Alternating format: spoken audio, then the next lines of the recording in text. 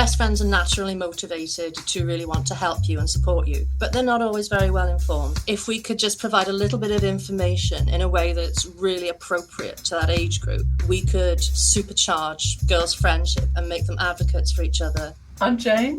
Hello, I'm Jo Payton, and I'm one of the founders and a director of the Best Friends Handbook project. Hi, I'm Ali. I'm also one of the founders of the Best Friends Handbook. And I'm Beth. And this is Insightful Sisters.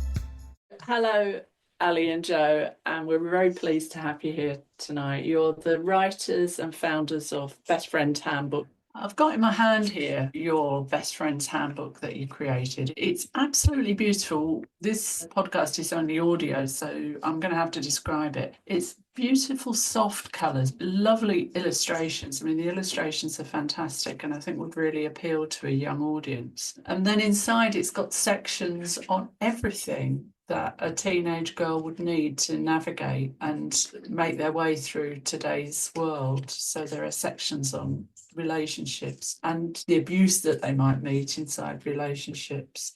There's sections on grooming, on spiking, on forced marriage, on how to deal with bullying. It's beautifully put together, beautifully conceived. How did you come up with this idea? How did you create it? So we're in Wales, and an Eston report had come out and it had shown really quite shocking levels of what they call peer-on-peer violence. But when you sort of actually peered in and you looked at the data, we were seeing a lot of violence against girls, and kind of unusual kind of sorts that we weren't used to seeing, not as women of our magnificent Generation X kind of age, that there's definitely been a sort of transformation in what girls are experiencing. And I was thinking to myself, what's missing in the way these things are dealt with? Now, we know, there are structures, there are NGOs, but what kind of is the sort of missing power that could be leveraged here? And there's like best friends, girls always are looking out for each other, they're supporting each other. And if you think back when you were a girl and you ran into all sorts of terrible boy problems, you would probably be like making your scarlet leak around your friend's house with her, rather than going to your mother, rather than going to your teacher. And best friends are naturally motivated to really want to help you and support you, but they're not always very well informed. They're growing up in the same sort of culture you are. They've got the same sort of influences. They want to help. But if we could just provide a little bit of information in a way that's really appropriate to that age group, we could kind of supercharge girls' friendship and make them advocates for each other, first responders in the case of difficult relationships. And also we were thinking that if you can reach girls on their first relationship, you're very likely to be able to arrest a trajectory that could get kind of increasingly negative, because, if you live with abuse as a young person, you're maybe drift into similar relationships. You maybe don't recognize red flags the way you should, that the earliest intervention is the best, and that what comes from people who are close to you and care about you and are living in the same environment, who are swimming in the same water as you, might be the most effective. So that was the concept. And also I was thinking, a lot of stuff is done on the internet now. You get a lot of people going on the internet. In fact, some of the suggestions in the funding we went for were like, why not set up a TikTok channel? And I was thinking, dear God, we do not want to be telling girls to go on TikTok to get advice. What we want is something that's authoritative, but it is also not putting you in a space where there is just so much bad advice swimming around. Like if you go on the internet and you look for relationship advice, you're likely to get terrible advice. And also there are predators out there. I say you're one quick click away from really bad advice, and you're 3 clicks away from a predator if you tell people to go and look there. But a book is something that's solid. It's nailed down. It can't be altered. The advice in there is kind of set, and it gives it a certain authority. That's where Alec comes in, does it? It was interesting because me and Jo already knew each other really well. And as Jo was thinking about all this that she'd just been telling us about, I was responding to a consultation for the new RSE in Wales, which was horrendous. It missed out everything that we have in the book, basically. So not only was it, I mean, it wasn't even telling girls the wrong advice, it just wasn't giving girls any advice around sexual violence. Do you want to explain what the RSE is? So RSE obviously is relationship and sex it's actually sexuality education now. It's not even sex education. Okay. And it was Welsh Government's initial consultation about the rollout to all primary and comprehensive schools within Wales. They were missing out on so much within this landmark legislation that they were going to be introducing. But also one of the really huge things that they were doing was not talking about girls, not naming girls, which Joe was obviously already mentioning. They were talking about peer on peer sexual harassment, which to me, I mean, I was really like, I was just so outraged by this. So we were sending in consultation responses. I was writing blogs about it. But in the end, it was like, we need to do something because Welsh Government, weren't responding to our consultations. So somehow Joe sort of grabbed me and said, Al, I've got this fantastic idea. Please, will you do the writing? So really, we came together at this perfect time where we were both thinking about different things independently, but came to create this fantastic little resource that Joe had originally, thought about. So, so for me, it came out of Welsh Government's non-committal attitude towards naming girls, even understanding how girls experience all the things that they do growing up. Once you sort of had your light bulb moment and you got together and shared that, how did you make that thought into a thing? I mean, really, it was, well, when Joe found this particular piece of funding, in a way, we were, I suppose, driven by what funding initially we could find. We were very clear that the funding we found, we were going to have to name girls. A lot of the funding came and said it's for non-binary people and, anybody who thinks they're girls. And we were quite clear we were not going for funding that, that we weren't going to be able to name girls and boys and sex-based harassment and issues for girls growing up. So we were really lucky when we found the original small piece of funding. And we just went, you know what, if they don't like our idea, it doesn't really matter. We like the idea and we'll find it somewhere else. And just luckily, they loved the idea, or they went with the idea. And me and Joe just went, oh, shit. Now we've actually got to sit down and make this reality. Making it was kind of a pleasure as well. I'm the designer of the book. I put together sort of all the images in that. And what we were doing there was we were looking for something that would appeal to girls specifically, like so that a lot of the stuff when they're talking about peer and peer stuff, it's like it's a one size fits all. This is for all, both sexes, all genders, that kind of approach. But we wanted something that would appeal to girls. So there's quite a lot of thought that went into the look and feel of it. I wanted it to look kind of serious and dignified. I looked at quite a lot of the RSE stuff, and there was kind of things like blobby line drawings of misshapen people. There were pictures of kind of stereotype feminine things like little line drawings of lipsticks and high heels. And I said, I'm going to look somewhere else entirely for the aesthetic of this. And I spent a lot of time wandering around looking for the right kind of art style. I spent a lot of time actually in Waterstones looking at the kind of books that girls read, books that my daughter would read, and the covers of those, and then a long time searching for the artist, and then finally find down on the art that we've got now, which I don't know if you can't show it because this is a podcast. No, but I've looked at it, thank you, and I think it's fabulous. Yeah, beautiful.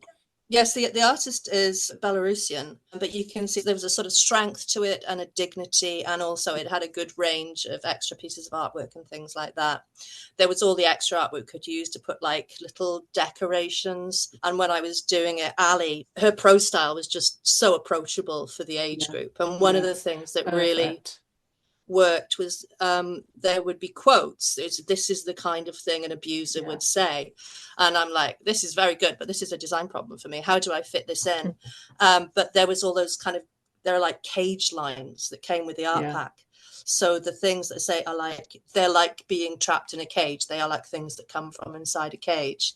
And then that analogy expanded throughout the entire work. I mean, it's not very big, but you start out in the frontispiece where there is a bird in a cage.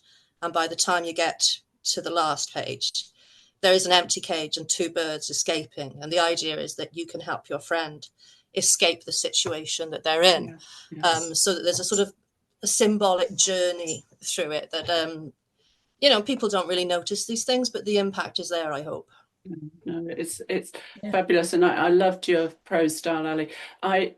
In a previous life, for a long time, 30 years, I worked in a college, and for a lot of those years I was responsible for a resit group. So there were kids who failed at school, their GCSEs, and were resitting. So they came to us with a lot of issues, and I would have loved this book. I would have loved that book to share. Me too. And Me work. too. Yes. Yes, just for myself. So how did you get the prose style right? I mean, I said to Joe at the beginning, this was the most difficult thing I have ever written. I mean, I've been in this sector almost 30 years, but I'm so used to writing policies, pieces of work that, you know, directors read out. And I was not used to writing such a very quick and bang, bang, bang piece of information. Also, for me, it was the non-judgmental element. I had to say it as a factual statement, but with a hint of, you know, I wanted them to know, don't just go in and do whatever, you know, we talk about OnlyFans, we talk about pornography, we talk about, you know, sexual violence, all that kind of thing. So for me, it was, how on earth do I tell these girls, don't just jump in, don't do it because somebody else is telling you it's, you know, it's cool, it's empowering, that's what relationships are like, without being judgmental. And I think it's what you just said, Jane. It's like, what would I have wanted somebody to tell me? So honestly, it took me about 3 months to write the first chapter, to get that absolutely. I was starting to panic. I really was. But then they all came in. I can't do it. But once you hit your stride, I did that, whoosh, they just came flowing from me. I mean, I have to say, an awful lot of work went into it in terms of giving it to young girls to look at. As I was writing, I was lucky. My granddaughter at the time, I mean, she's just gone 21, so my granddaughter was, you know, late teens, but she was young enough to be able to read it. She would read each chapter, pass it round her friends. I had a few in my street that would give it to their daughter. So I had a nice little pool of teenage girls that were with me every time I wrote a little section of, you know, each chapter. And I was saying, you've got to be brutal. Be brutal. I'm this 50-odd-year-old woman. You need to tell me. And from the off, I mean, the feedback was really incredible. So I think that gave me the strength then to think, I'm actually doing this right. I think I'm doing this right. Yeah, but it was very, very difficult because I can talk for Wales, I can write for Wales, and having to do such very short, quick, you know, snappy lines and paragraphs was really anathema to the way I write. But I really enjoyed it once I knew I had that right. And who do you think is going to use it? I mean, originally we wrote it, as I said, for Wales, for schools in Wales. But what's happened is almost everybody apart from Wales has ended up using this. We've had whole schools in Edinburgh.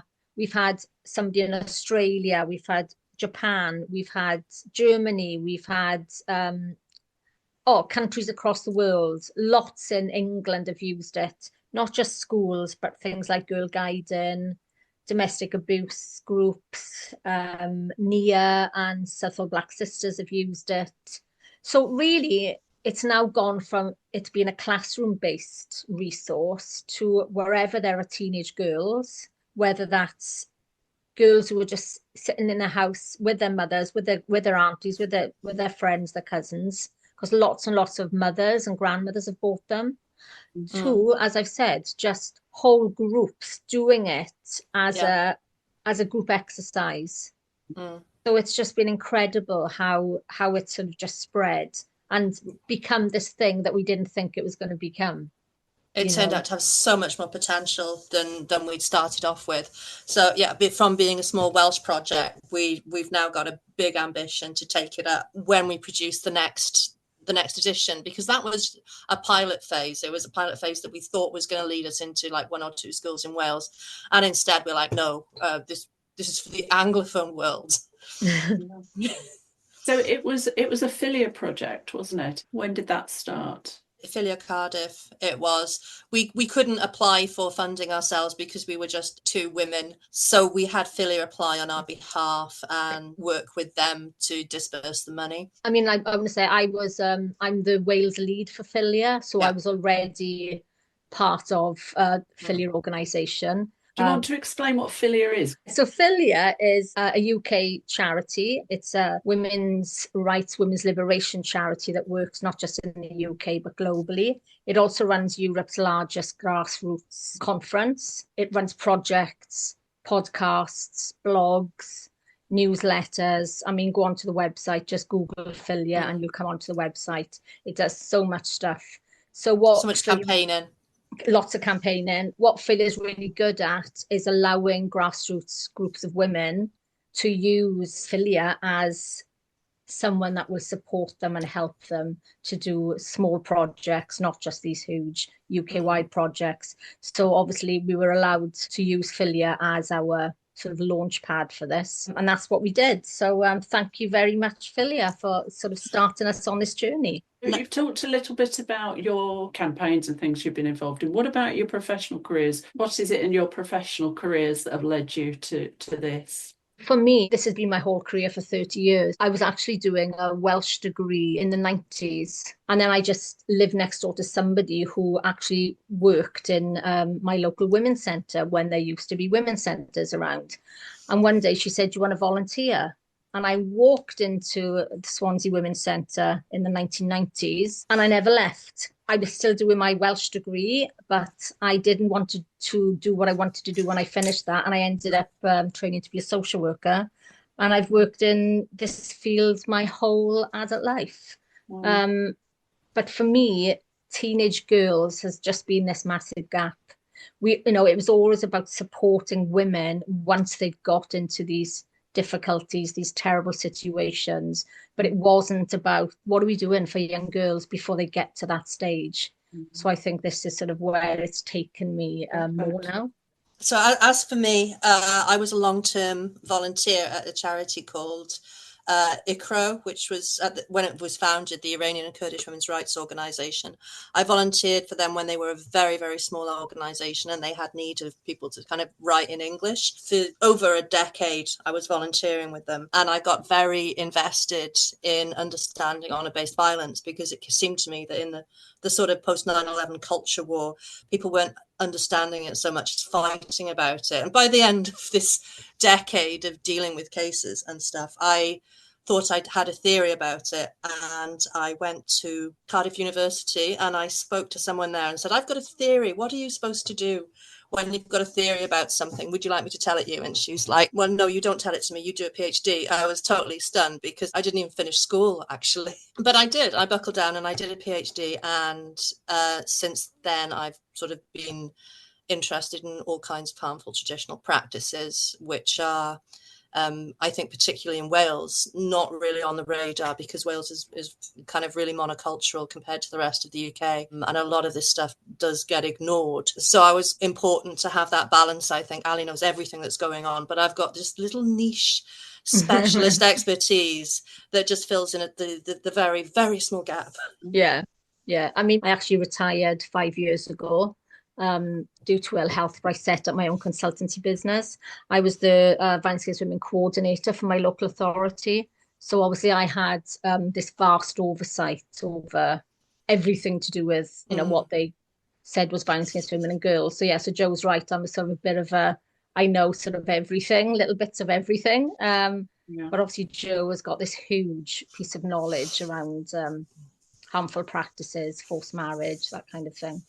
The one thing that I've sort of noticed reading through the handbook, which has been mentioned, is how it uses very clear and concise language, and it doesn't shy away from even the most challenging topic. Some of which have, like you've mentioned, very, very few resources that are accessible. Can you tell us how you decided on the scope of the handbook and which topics should be covered? I think originally me and Joe just, sat down together. And again, what I've just spoken about was our knowledge around the subject, was quite vast anyway. So there were things that I thought had to go in.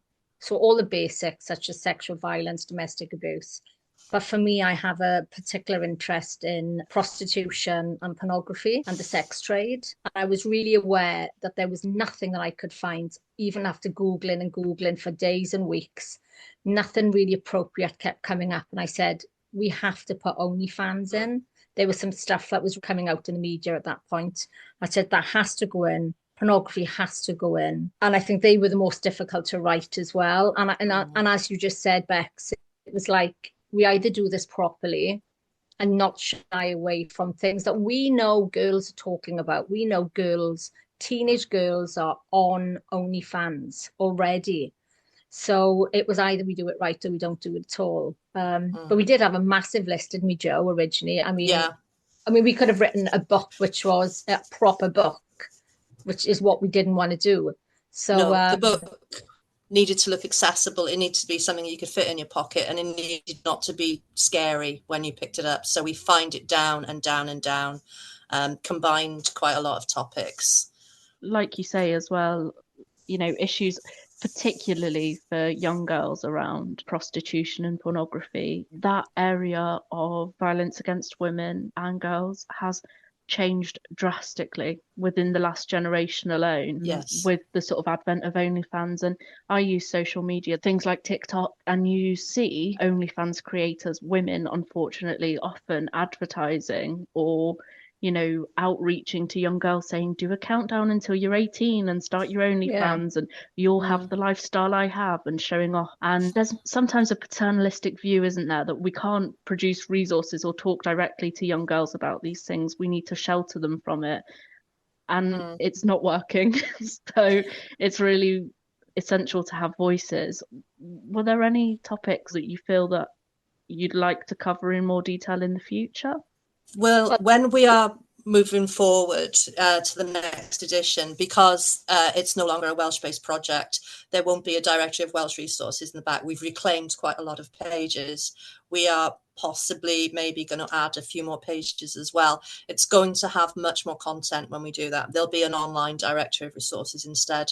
And one of the things we didn't count on was like you put a directory in the back and maybe one of the charities you recommended goes out of business, or they change their mission in a way that makes them not appropriate to be recommended by us anymore. So yes, we do have plans to put in more topics, and Ali probably knows what they are. Yeah, I've written quite a few already. I don't want to say too much. I can't even remember half of them. Most probably I've been writing, but perhaps some of them won't make the cut at the end. But one I really want to put in is actually prostitution. So I've actually written that already, because it is slightly, I mean, you could talk about OnlyFans and pornography and prostitution all under one umbrella, but they're quite distinct. So I really wanted to include the standalone prostitution one. The one thing that we weren't including, and we were quite sure about that, was things around periods, because they are being taught in school.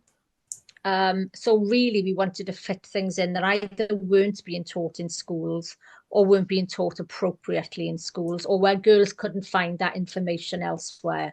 So things around, as I said, sort of menstruation periods, we've sort of kept away from that.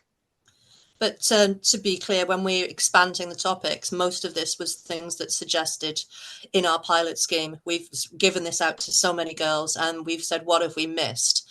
And we've gone to that list of the topics that we've missed, the topics they were more interested in. And it's girls that have also raised the issue of actual prostitution as well, because maybe we were too naive to leave it out in the first place, because they were seriously raising this as an issue affecting even teenagers and younger. There's going to be a really large chapter on online safety, because online safety includes quite a lot of things within that, so it's going to be sort of cut down. But I've written quite a lot of that as well, which for somebody my age who doesn't do social media was very difficult to sort of to get my head around that. So, reading that, I was like, what on earth's going on? So yeah, as I've said, it is quite difficult not to be, and I don't mean judgmental, but to tell the girls, just don't do it, don't do it. You have to really sort of dampen yourself down. And as I said, just give them the facts, just tell them, just read the facts, just look at everything before you make that decision what you're going to do next. I think it's great that you included girls in that age group in the consultation for this. What are the plans to get the handbook out there? So obviously, predominantly it started off, like you said, in schools. Is it something that you would consider publishing so that people can gift it, to young women in their own families as well? Oh, well, yes, actually, our business model going forward is not to rely on grants, as it were. I mean, so many organizations, they expect constant grants to keep the funding coming in, but to be a self-sustaining non-profit. So we have trialed an online shop, and it will be ready when we have the final things, where you can buy a package that's appropriate for your daughter and her friend group, or for your youth group, or you can get it in packages of whatever size, and these are going to be sold at cost. So nobody's making any money out of this, but it's just making sure that it's a sustainable enterprise, and hopefully that will kind of expand and expand and expand across everywhere where it's needed, which seems to be just about everywhere from the response we're getting. I mean, that's such a beautiful gift to give to a girl of that age. I really liked when I was reading through, it sort of gave tips about how you could support your friend, or, what sort of things you could say, or what you could do to let them know that they're cared for and supported. I think that, I mean, I work in this sector as well. There's so many resources for professionals and for parents, and so few for girls. I can't really name very many that are of this style, that are aimed at girls, that sort of talk them through how to support each other with issues that every generation of women and girls unfortunately do face. Why do you think it's so essential that we change that now? So somebody was responding to a book, and they said the loveliest thing. They said, you're just calling feminism friendship, because it's the same sort of supportive relationships we're trying to build, that's the core of feminism, and it's the core of what we're trying to instill here. We are looking to instill feminist solidarity at an early age. And I think the psychology of what we've done about calling it, about supporting your friends, because realistically, you're supporting yourself when you're reading it as well. So, it is supporting a girl without her even knowing that. So, you're supporting yourself and your friend and your whole friendship group. So I think, the way we've done it, and I do raise my hand and say, I think it's very clever, just how, if you said to a girl, this book is for you, so you don't do this, that, or the other, a girl is more likely to go, oh, hold on a minute, what are you telling me? But if it's for, would you like to help your friend? Then, they're just ripping them out of our hands. Because as Joe said, it's about that friendship. It's about, I remember, having really good friends when I was that age, and I'm still very friendly with my best friend from there. I would have done anything for my friend. And if I'd thought a little book like that could have helped me, then I would have just ripped it out of somebody's hand to read. So yeah, I think that that's true. And I think for a lot of young people, like you say, the best way for them to take advice is to actually be the one giving it. Like people, young women, young girls, they like to sort of feel that they're able to support each other and advise each other. And like you say, while they're doing that, they're also getting the advice themselves, which is really valuable. yeah. How can our listeners help to promote or spread the word of the handbook? We're on all the normal social media platforms, but we also are at bestfriendshandbook.org.uk. you can see all our adventures there, which includes, as Ali will remember very fondly, a visit to Westminster Abbey for the Princess's Carol concert. But also, if you sign up to our newsletter, there are other things you can do that are helpful, which includes helping us test the purchasing system and things like that. So that would be very much appreciated. And of course, they'll get first notice when the next version of the booklet is ready and available, and maybe some early copies, I don't know. I mean, what would be really helpful if anybody's listening, if they are sort of a teacher or they run a youth group, a girls group, and they do want to sort of, help us do some trial runs where we can actually, go with the girls through all the chapters, sit down with them, see how it's worked. That would be really, really helpful as well, because any sort of feedback like that will help us to get, more funding, get us to improve the book. So yes, if anybody can do that with us, we're interested. Test site, yeah, a test site where it can be used, and we're interested to see a lot of the advice. When it gets to the final point, is like, talk to your teacher, talk to your school counsellor. We'd like to know if that would happen, and if that happens, what additional support do those teachers and school counsellors need? Because the last thing you want to do is tell girls to go and talk to their teacher, and then their teacher dismisses them. So that's a kind of another next phase that we've got once we've got past that, to just develop it into a much more complete system. So you're thinking also sort of resources or guidance for the teachers, the professionals, the trusted adults in that situation.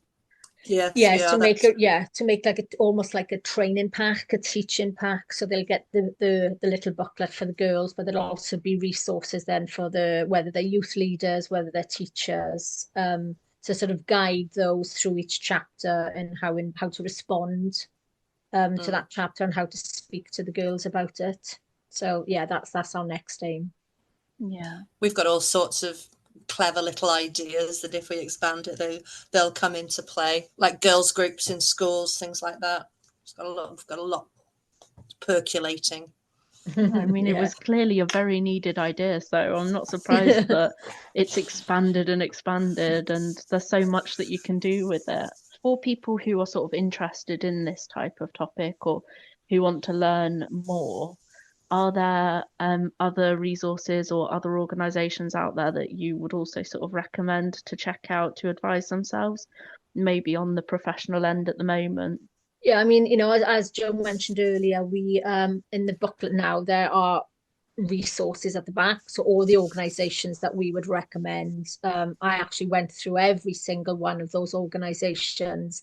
I mean, word by word, just to make sure that they were what we were looking at, that they talk about girls, that they know what they're talking about, that they're not pro prostitution or pro OnlyFans, as you've talked about, Bex. So that's a good starter. But obviously organisations that we work with, and we've talked about Filia. So Filia, Merched Cymru, Women's Rights Network, NIA, South of Black Sisters. There's lots and lots of organisations that we work quite closely with, who have a really strong ethos in supporting girls from such a young age. And, Joe mentioned it already, which is really about introducing that idea of friendship, solidarity, which really is the old-fashioned feminism. So, that's really what we want to get out there, that word is not a dirty word anymore. Feminism just means being there for other girls, being there for other women. So they're the organisations that we would sort of recommend currently, but I'm sure there's so many more out there that we don't know about. So if you are one of those, let us know and we can get you down in our resource list as well once we get that up on the website. Yeah, I think we'd be interested in finding suitable sort of books and things like that speak to the interests of girls of that age group. And also, I'd like to read them. So yes, we've got some sort of starter list from that when we were talking about groups. But yeah, that's something we'd be looking into as well. Our ambitions are limitless. Our funding is unavailable. I'd like to ask you both our final question, which is regarding voices of women that you would like to uplift. Do you have a woman of the moment? Well, I do.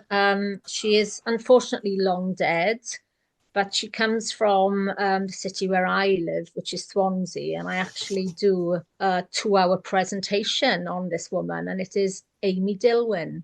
So for those that don't know of Amy Dilwyn, please go and find some information about her. There is a book about her. She was the world's first industrialist, female industrialist. She was a suffragette.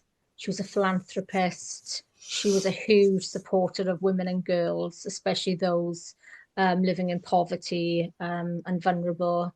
And she really is an absolute icon of mine. So I adore the woman. So yeah, Amy Dilwyn for me. This is going to sound very ingratiating, but for, oh God, 10, maybe even 15 years, I've worked with the filmmaker Dia Khan as her researcher, and she's just an amazing woman. She's just so brave. I don't know if you've seen the film where she goes with Nazis and she's like at a Nazi demonstration, and she just said, Joe, I'm going to be off, demonstrate with Nazis. I haven't told anyone else because they might worry. But if I'm not back within 3 days, call the police. I'm like, Oh, dear. great. Thank you for laying that on me. But no, she's brave, but she's just so compassionate as well. And the way she's made herself from kind of quite a difficult teenage experience as a pop star to Emmy, BAFTA, Peabody winning filmmaker is truly inspirational. And there is so much she does that you don't see to support other women. Oh, 2 lovely pics there. That's great. And we'll make sure to link them as well so that other people can check them out if they haven't heard. Well, that was just great. Do you know what? I was thinking a lot about how you put the book together and how it is wonderful how girls support each other. It's been really inspirational. Fabulous. We've really enjoyed that. Thank you for having us on. Thank you. It is nice to be doing such a positive project in a world where, you know, everything seems very negative. This is something that's just wholeheartedly a positive thing that works to the best of girls' solidarity. Thank you so much to Ali and Joe for speaking to us, and thank you for listening. If you want to learn more about the Best Friends Handbook, we will be linking their social media pages and their website on our Twitter page. You can find us and follow us there at InsightfulPod. We're also now on TikTok under the same name. We hope to see you in the next episode.